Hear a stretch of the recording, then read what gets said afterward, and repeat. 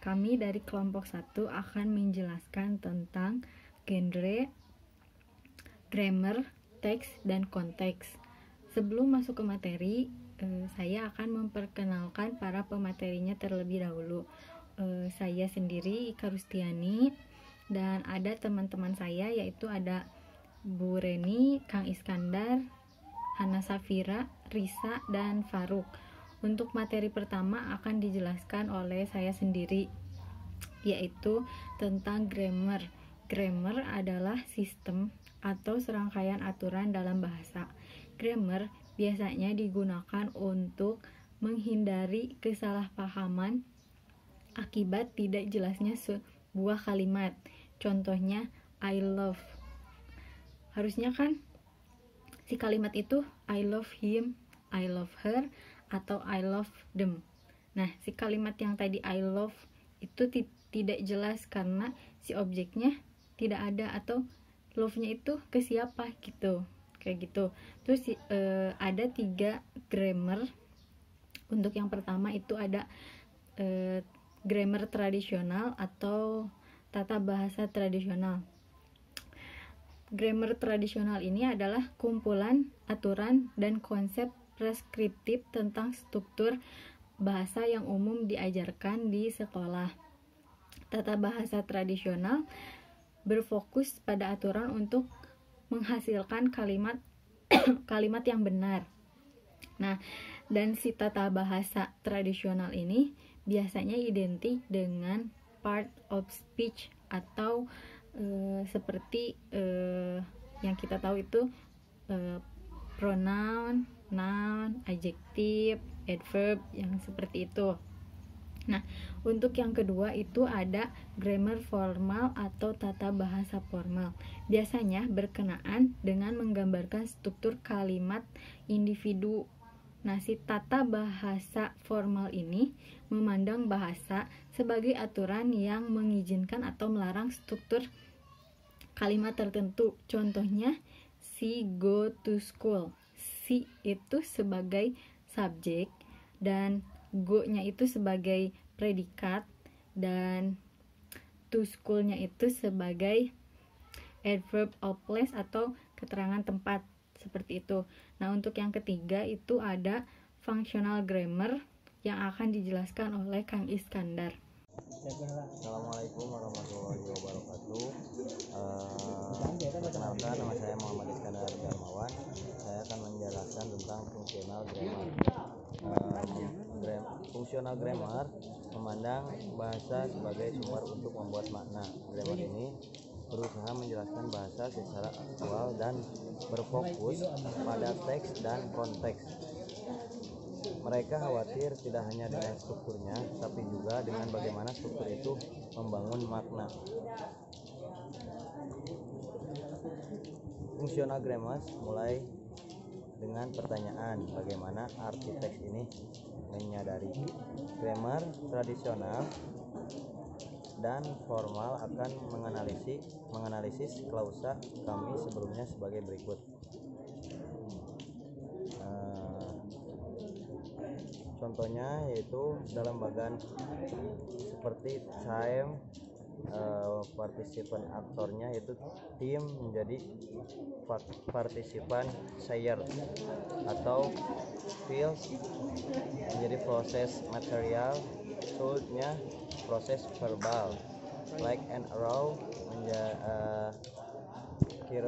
circumstance manner of a tragic case, circumstance matter. Sekian penjelasan dari saya. Materi yang akan selanjutnya yang akan dijelaskan oleh Ibu Reni. Wassalamualaikum warahmatullahi wabarakatuh. Oke, di sini saya akan coba menjelaskan tentang metafunction. Metafunction dibagi menjadi 3 jenis. Yang pertama adalah additional, yaitu tentang dunia nyata dalam arti luas atau yang berkaitan dengan konteks budaya, dan memiliki struktur yang berbeda dari traditional grammar, yaitu proses, participan, dan circumstance.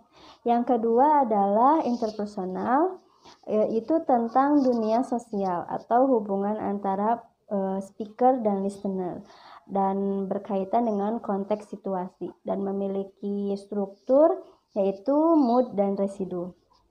Yang ketiga adalah tekstual, yaitu tentang dunia verbal atau yang berhubungan dengan konteks verbal, dan memiliki struktur yaitu theme dan rem. Saya akan menjelaskan materi tentang sambung konteks teks. Disarankan di atas bahwa kita memerlukan model bahasa yang membantu kita memahami bagaimana teks bekerja untuk membuat makna. Bagaimana? Karena cara model bahasa ini menjelaskan hubungan antara konteks dan teks. Kami ingin memulai menjelaskan hubungan konteks teks dengan proposisi semua makna berada. Yang pertama dalam konteks situasi, yang kedua dalam konteks budaya. Contohnya, letakkan di samping yang lain. Ucapan letakkan saja di samping yang lain bermakna dalam konteks budaya dan konteks situasi. Mungkin maksudnya dari teks ini bermaksud untuk konteks apa, tentang apa, jadi belum dimengerti.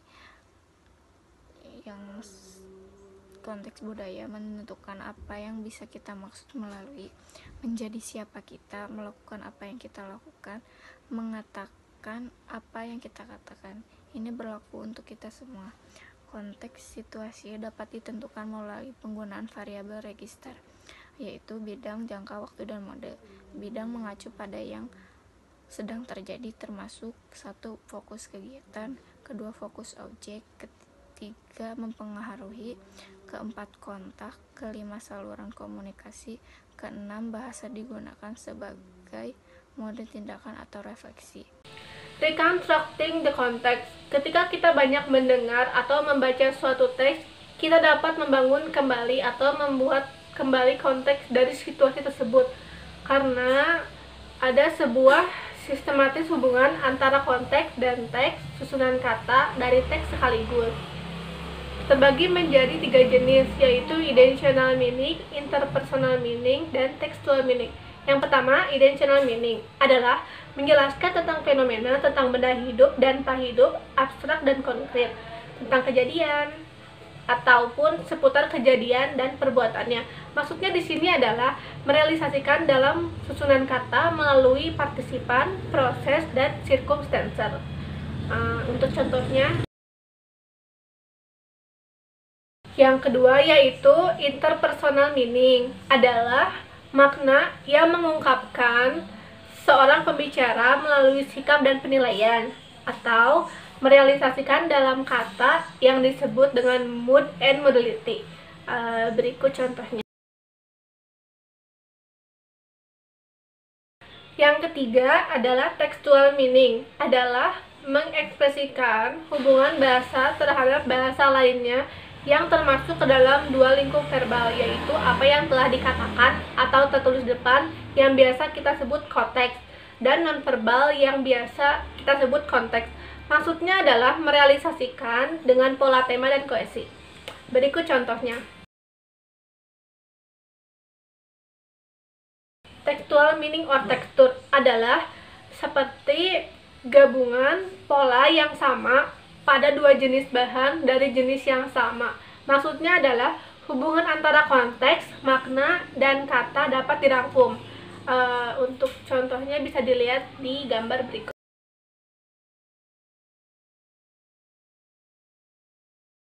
Oke teman-teman, yang terakhir adalah genre.